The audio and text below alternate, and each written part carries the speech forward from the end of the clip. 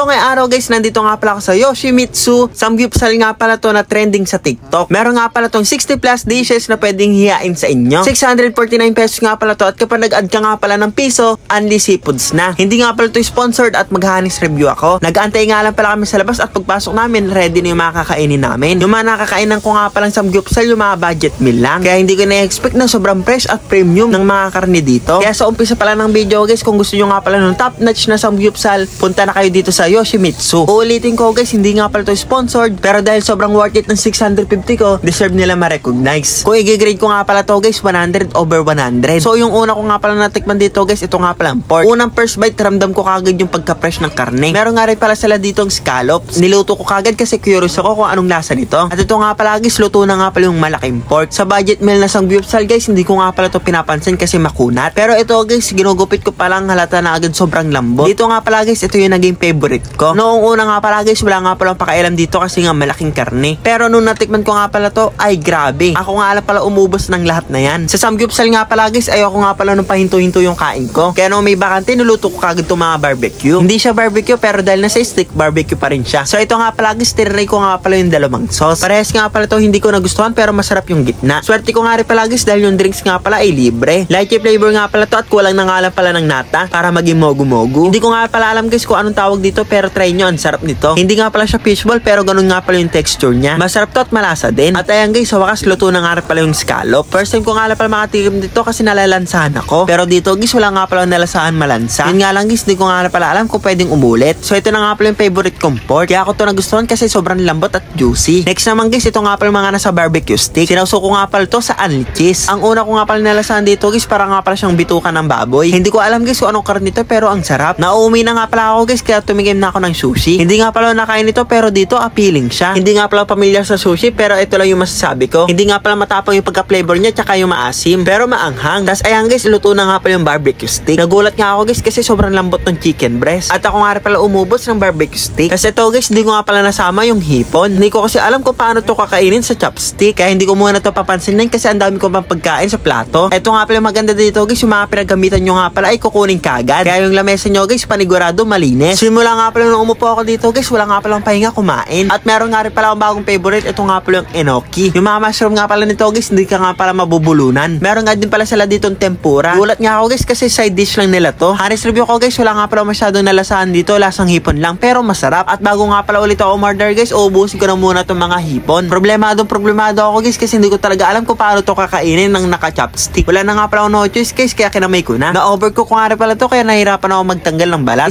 At isa nga rin pala to sa nakakatawa guys dahil sobrang active na mga crew nila dito. Pagkatapos ko kasi ng kamay guys, kinuha agad yung order namin. At yung kanin nga pala nila dito guys, malambot at hindi malata. At meron nga rin pala ako dito in order na kangkong chips. Dahil joke lang guys, para nga pala tong chicken skin. Rate ko nga pala to guys ng 8 over 10. At meron nga din pala sila ditong sushi. Yung sushi nga pala nila dito guys, side dish lang pero grabe ang sarap. Nasarapan ako dito guys kasi yung gulay niya sa loob sobrang fresh. Masarap sana kaso rice nga pala to, mabilis kayo mabubusog. Kaya ingat sa pagkain. So yun nga guys, halos lahat nga pala ng meat ay na-order ko na. Sayang nga guys kasi hindi available yung pork ribs. At ito naman yung recommend ko guys, yung mga pork sa taas. Grabe guys, sobrang lambot tapos juicy. Kaya ayan, must try. At yung next favorite ko guys, ito nga palang enoki. Promise hindi kayo mabubulunan sa mushroom nila. So ito na nga pala yung hanis review ko sa foods, 10 over 10. Sa service, 10 over 10 dahil sobrang active ng mga crew nila. Pati nga itong lutuan naming sunog guys, hindi kami nahiyang magpapalit. Kahit ma-eye contact mo nga pala yung mga crew nila dito guys, lalapitan ka nila. Sa Samgyupsal guys, dito nga pala ako hindi nahiyang magpa-refill. Kaya ito na yung favorite place ko para mag-samgyup. At nung natapos na nga pala kami kumain guys, binigyan pa kami ng ice cream. Pinaplano ko palang bumili, binigyan na agad kami.